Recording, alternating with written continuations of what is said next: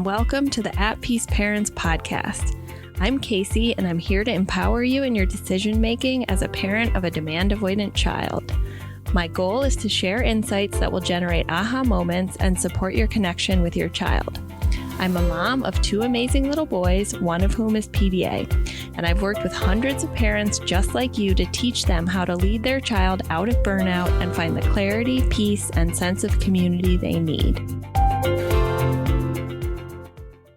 Why is PDA so confusing to parents, to practitioners, to therapists, to pediatricians, and from other people looking in on your child's life? So today I want to talk about what makes PDA so confusing for two reasons. One, I've been getting a ton of questions because I have the new Paradigm Shift cohort opening on March 12th for those of you who are on the wait list, and March 16th to the general public. And I want to answer these questions before you commit or invest to spending 3 months with me. And the second reason is I want to answer these questions. Hi, everybody. Hi from the UK. Because these are the exact questions I had 5 years ago, 4 years ago in my journey when I was so confused with my child. And so I'm going to take the questions, answer them, and sort of illustrate anecdotes from my own life to hopefully make them more tangible for you guys. So the first question that I get a ton from people is, my child doesn't seem autistic.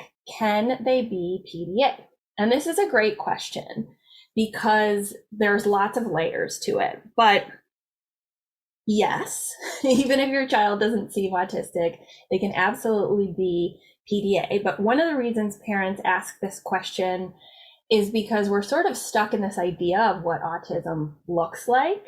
And it's usually like a young white boy who doesn't make eye contact, who doesn't have friends, and who has different verbal development, right? Which is a very narrow definition of what autism actually is. And if you're working with practitioners who have that older version of what autism is, it's going to be very, very hard for them to see it, right? And another nuance to this is the Diagnostic Statistical Manual 5, which is what defines what we can diagnose in the US, but also in other countries that look to the DSM-5, the categorization and definition of what was included in autism was expanded to include, in 2013, to include both pervasive developmental disorder not otherwise specified and what was then called Asperger's. So if you're working with a practitioner who has most of their experience and training from before 2013, they're going to have one version of what autism looks like based on that pre-2013 version. And so it can be helpful to look to practitioners who are, some of the words to look for are like adult presentations, female expressions, and practitioners who are younger because they're not going to be stuck in that pre-2013. So that's just one thing to think about. The second thing to understand is that when a child is in burnout or near their threshold of tolerance, it's very hard to see the communication differences that would be more obviously characteristic of a child who is autistic, right? Because there's not much communication going on at all. You're just seeing the threat response activating, which is like fight, flight, freeze, quote, behavior, right? And often what parents find is that as they support the nervous system and get the child away from the threshold of tolerance, they can see some of the things that are social communication differences, right? But sometimes we can't see it when we're just seeing the threat response and what looks like defiance.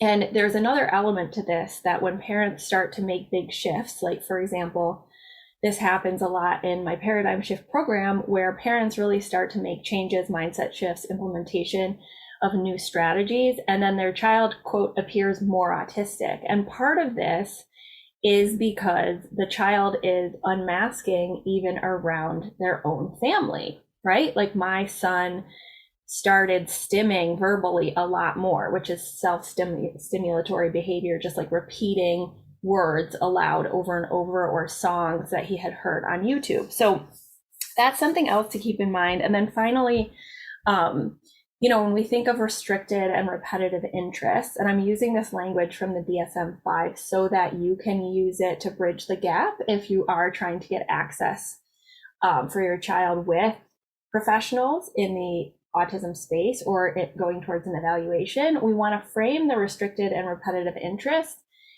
in a way that's social in nature, right? Because often our children aren't like in a corner playing with trains repeatedly forever, right? In the stereotype, quote, end quote. They are very focused on a particular thing for a period of time, and then they drop it, or it's social in nature and they're like, quote, fixated or focused on another child, another parent, another person, a therapist, or a character. Okay, so I just want to say that. I also want to give you guys clarity on the fact that, like, I had to fight my way to the diagnosis and nobody believed me, right? So like, I argued with a speech language pathologist for a full hour about like, no, you're not understanding this. So much to the point that they brought in a supervising developmental pediatrician. Okay. And this was like very uncomfortable for me as a recovering people pleaser and someone who like really doesn't like to engage in conflict or to upset others.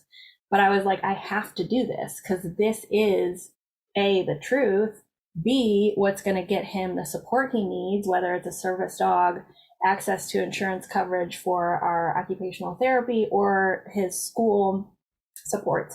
And so, I fought and fought and fought. And ultimately, this great developmental pediatrician who had an autistic son herself, not PDA, she finally was like, if you really think that he's autistic, I'm going to trust you. And I was like, without a doubt in any molecule or bone in my body, 100%. And so she gave us the diagnosis. And I just want to be super transparent about that because it's not easy, right? Like, it's not like my son just went in and they were like, oh yeah, for sure, he's autistic. Like, I had to fight for it. And I obviously got off the evaluation because it was virtual at the time, because it was during the pandemic. And we completely wept and like totally felt panicked and was like, everybody hates me, which is my go-to when like I upset people. But it was worth it. And now, as I said before, now that his overall cumulative threat and activation has subsided, she can much more clearly see patterns in his behavior that align with an autistic expression. So I wanted to share that with you, and also invite you to, not attach too much to the autism thing if it's freaking you out, because it totally freaked me out at the beginning. Like, when I was doing my doctoral field work in Colombia, South America, my husband was with me, helping me collect data. And I remember reading this, I think it was a Washington Post article about this journalist whose son was autistic, and they communicated through Disney movies. And I like obsessively kept reading this. I was pregnant at the time. And I was so scared. And then I read Far from the Tree, and I got through the deaf chapter, and I got halfway through the autism chapter and was just so freaked out that I was like, I need to return this book to the library. But what I want to say also is that like, it's not as scary at all as I thought it was. And in fact, it's been like such a relief to understand my son as autistic, and it's a part of his identity that he resonates with. So I wanted to share that honestly as well.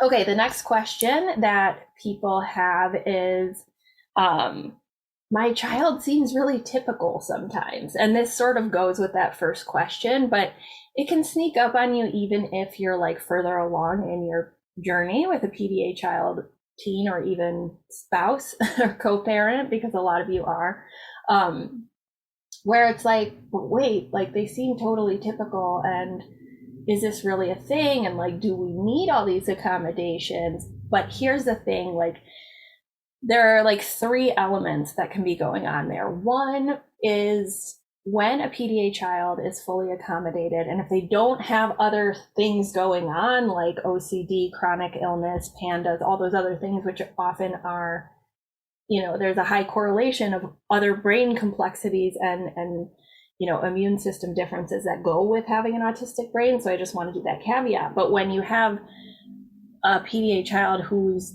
out of burnout and fully accommodated, there are times when they can seem very typical because they're in their thinking brain, right? And they can access their heart space and their frontal lobe.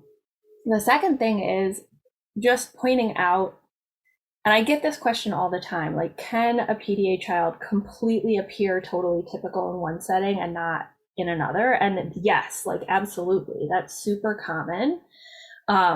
For high masking, which is Rachel Dosey, the autistic SLP's term, at least the first time I heard it, super high masking, and they're going to be masking the threat response in places where they do not perceive safety. It's not a conscious decision. So it's very much often school or with grandparents or even with another parent. Like for co-parents, like maybe one parent doesn't believe in PDA, or parents are separated, and it's like the kid behaves really well for the parent who doesn't believe in PDA and doesn't accommodate. It's because they're masking. And when that's within a family that's not separated, that can be a really triggering awareness of like the degree of safety being so different between parents, but I want to name it here. And then the other thing is the cumulative nature of nervous system activation, which I talk a lot about because I think it's something that gets missed in this space of like, and this confused me so much too. Like, I'm a social scientist and like, I'm trained to understand causality in human behavior. Granted, it was like, not child development, but it's like I'm trained to think in like cause and effect and variables and what are we controlling for and like what's the outcome, the dependent outcome, and like all different methods. And so when my son was having like severe fight flight expressions and I didn't know about PDA, I was trying to understand causality, and I would like track like with an Excel spreadsheet, like how many minutes of screen time, how many minutes of play, what's the weather outside, like trying to control for any variable. And what I finally understood is that like what happens right before the behavior is often the tipping point, not the antecedent. And so that's another thing to keep in mind. Thanks everyone for being here with me at the At Peace Parents podcast. This is your source for all things related to understanding, supporting, accommodating, and advocating for your PDA child. To go deeper on any of these topics, check out my course offerings and masterclasses at the website www.atpeaceparents.com. To completely transform the way you think about and relate to your child and to bring peace and stability to your home, join us for the next cohort of the Paradigm Shift program.